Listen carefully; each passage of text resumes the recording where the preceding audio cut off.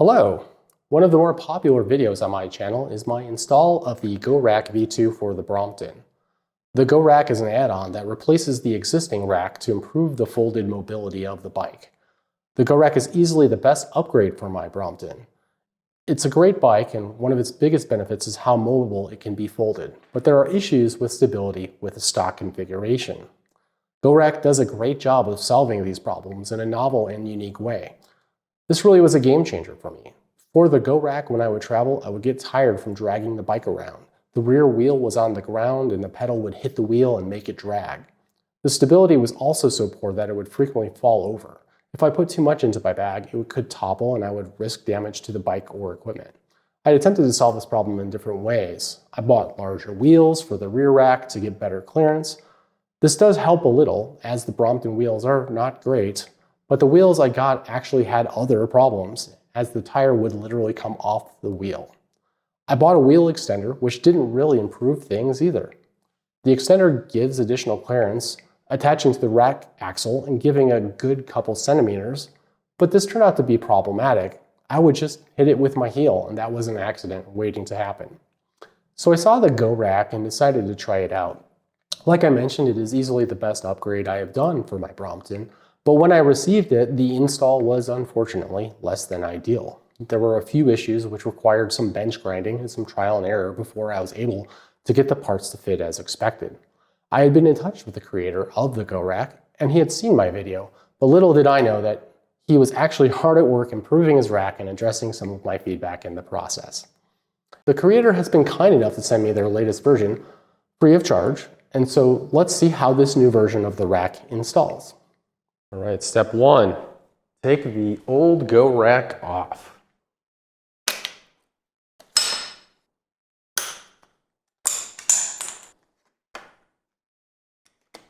I've gone ahead and I've reset the Brompton back to its somewhat factory state. There are no wheels here. Obviously, that's something you would have to remove your wheels. And I also have the rack fender instead of the non-rack fender, which would have a wheel on it on the back. That's because the GoRack is compatible with the rack fender, not the non-rack fender. So this is if you do want a fender with your GoRack, you'll need to go ahead and add, you'll have to buy this separately.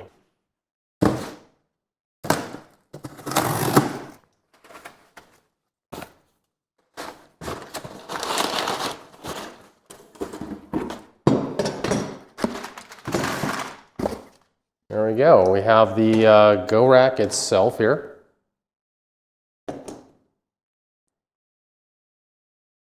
With the rear wheel. So,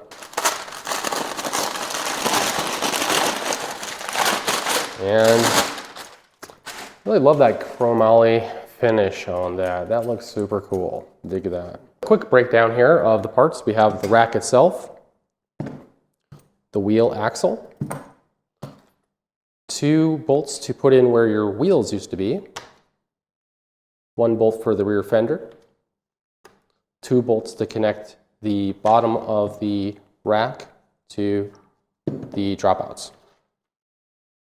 This is the sintered leg.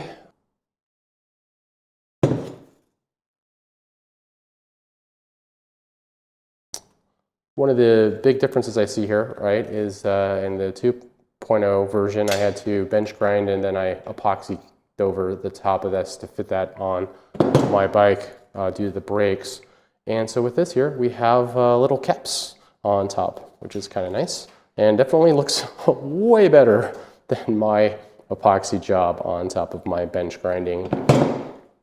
We'll attach over here to the brake, and this to the dropouts, and then we'll attach the leg, put in the bolts, and attach the rack, and that will be that. See how fast we can do this. First, we have to take the brake off and the rear wheel, and you'll have to recalibrate the brake afterwards as well.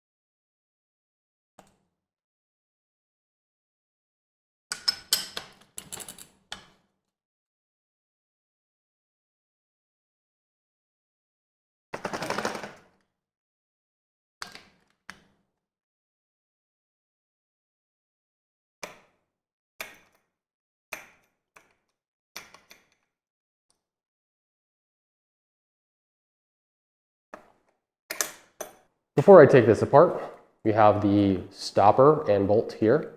We have a washer, then a bendy washer, the actual frame, the bendy washer, the fender, and then the brake.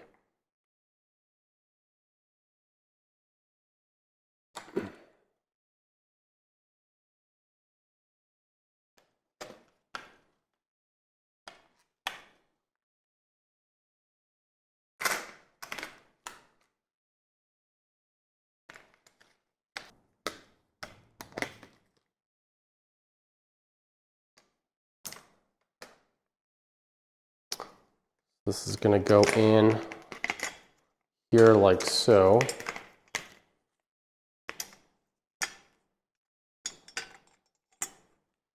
And look at all that clearance. Gorgeous. Love it. Okay.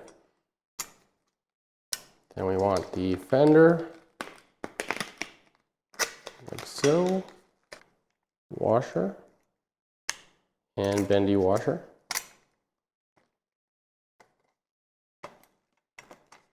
Like so.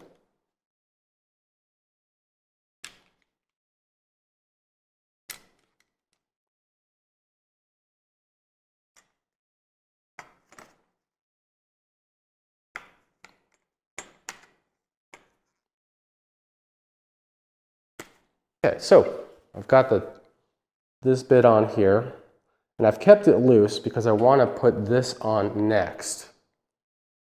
And so these bolts have different lengths. The longer ones go on the dropouts.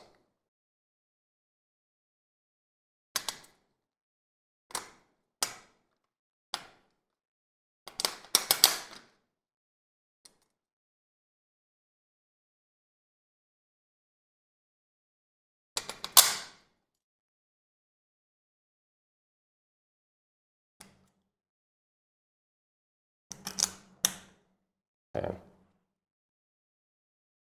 Bit of a tight spot here, so I'm going to use the needle nose pliers to get in there.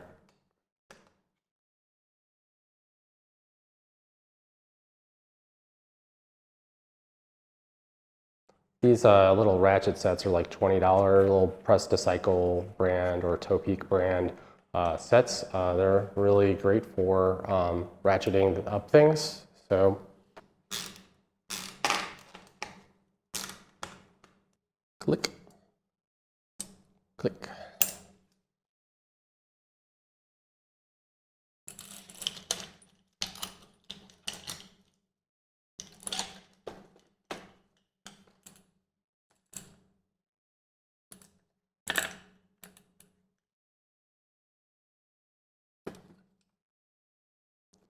Looks like another nice thing is that the positioning of the jockey wheel is now behind this part of the rack, so that if it does snap back, it's not going to break the jockey wheel, which is fantastic.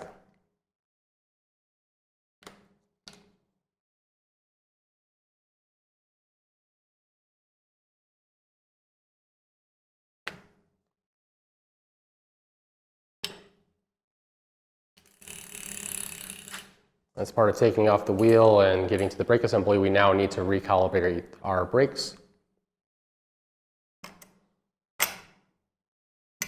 Seems to be another great improvement is the clearance on the wheel.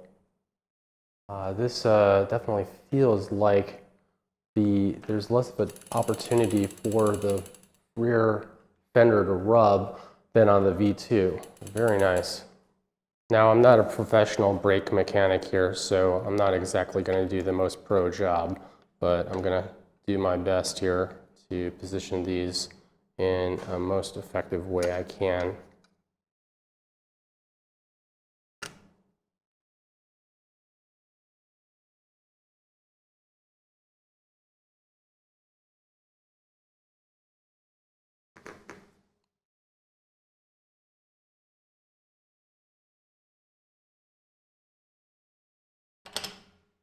Tight.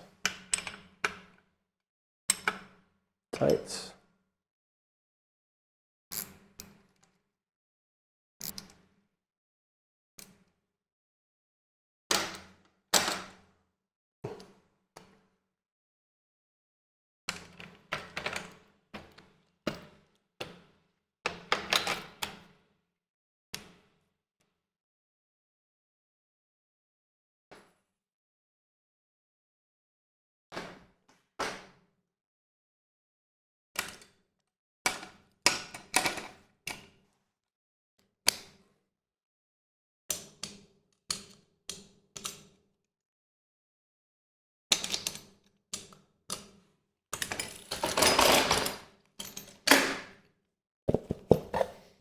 So, what are my impressions of this new version?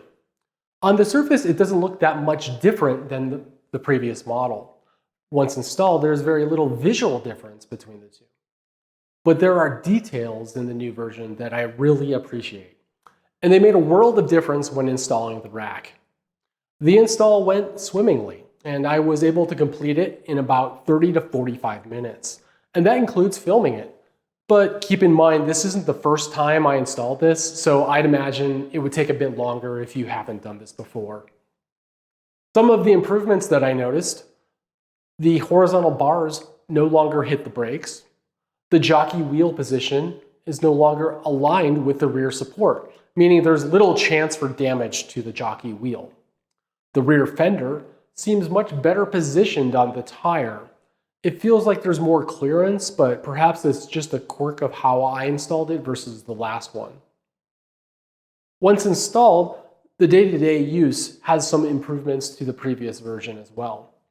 When I first rolled it around, I couldn't put my finger on it, but something was different.